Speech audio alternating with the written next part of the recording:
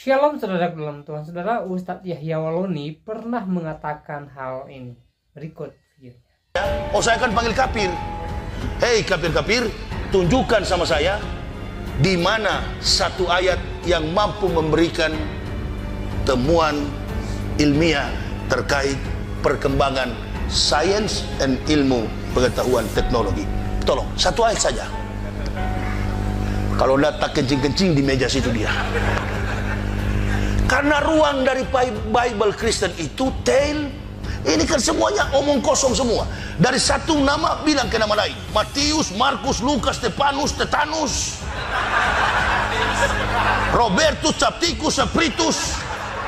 Kalau tunggu dulu, memang bukan masalah humoristisnya.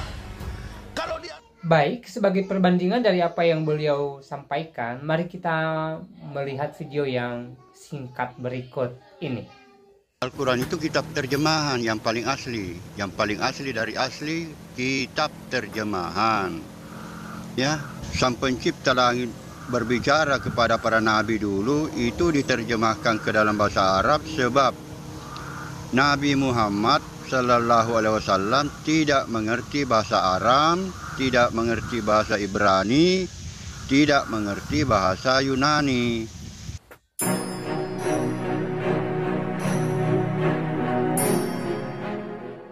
Halo saudara-saudara sekalian, apakah Anda semua sudah mengenal Bapak yang ada dalam video tadi?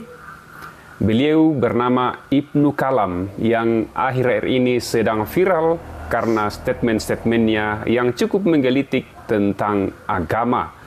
Bagaimana tidak, Ibnu Kalam bahkan berani menandaskan bahwasanya kitab Q itu sesungguhnya bukanlah perkataan Allah. Akan tetapi, ucapan Allah kepada nabi-nabi di masa lalu itu dalam bahasa Aram, bahasa Yunani, dan dalam bahasa Ibrani, kemudian diterjemahkan ke dalam bahasa Arab, maka terciptalah yang namanya kitab Q.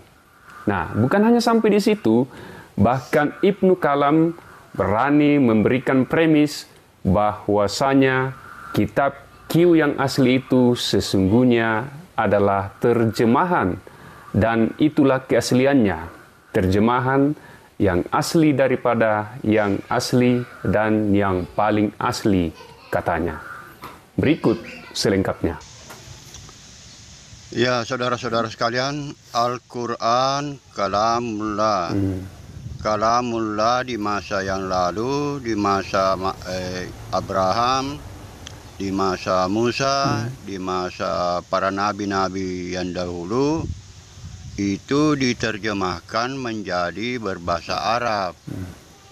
Jadi Al-Quran itu tidak diucapkan oleh Allah, tetapi ucapan-ucapan Allah di masa lalu dengan para nabi itu diterjemahkan ke dalam bahasa Arab.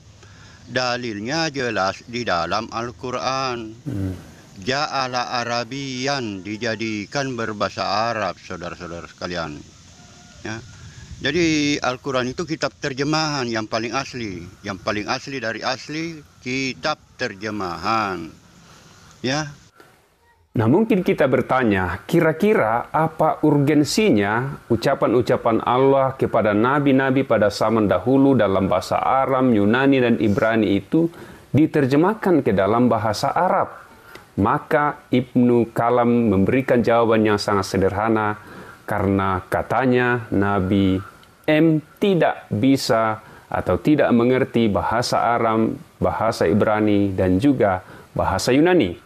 Itulah mengapa kemudian ucapan Allah di masa lalu kepada nabi-nabi itu diterjemahkan ke dalam bahasa Arab agar Nabi M bersama dengan para pengikutnya bisa memahami dan mengerti.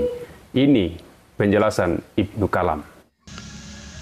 Saudara-saudara sekalian, Kalamullah di masa lalu, di masa para nabi, apakah itu Nabi Adam, Nabi Abraham, Musa, dan lain-lain, pada waktu Sang Pencipta langit berbicara kepada para nabi dulu, itu diterjemahkan ke dalam bahasa Arab sebab Nabi Muhammad Sallallahu Alaihi Wasallam tidak mengerti bahasa Aram, tidak mengerti bahasa Ibrani, tidak mengerti bahasa Yunani. Jadi kalam Allah di masa lalu itu dijadikan berbahasa Arab supaya Nabi Muhammad dengan pengikut-pengikutnya itu mengerti. Begitu maksudnya di dalam Al-Quran, ja'ala Arabian, dijadikan berbahasa Arab. Ya. Baik, Bapak Ibu saudara sekalian, mungkin Ibnu Kalam ini berangkat dari pemahaman bahwasanya memang kitab Q itu 2/3 atau sekitar 70% memang diterjemahkan atau disadur dari Bible baik Perjanjian Lama maupun Perjanjian Baru sebagaimana yang ditegaskan oleh Profesor Moon Insiri. Saya ingatkan sekali lagi, ini videonya. Lebih dari 2/3 kandungan Al-Quran itu sebenarnya menyangkut cerita, kisah, hukum, ataupun elemen-elemen dari umat-umat terdahulu yang juga direkam dalam kitab-kitab terdahulu, terutama the Bible. Ya, baik itu Perjanjian Lama atau yang disebut dengan Hebrew Bible atau Alkitab Ibrani ataupun New Testament, hanya Perjanjian Baru. Nah, bagaimana pandangan atau pendapat Bapak Ibu saudara sekalian terkait dengan pendapat Ibnu Kalam, seseorang yang mengaku teolog ini? Karena itu tanggalkan komentar dan pendapat Bapak Ibu pada kolom komentar.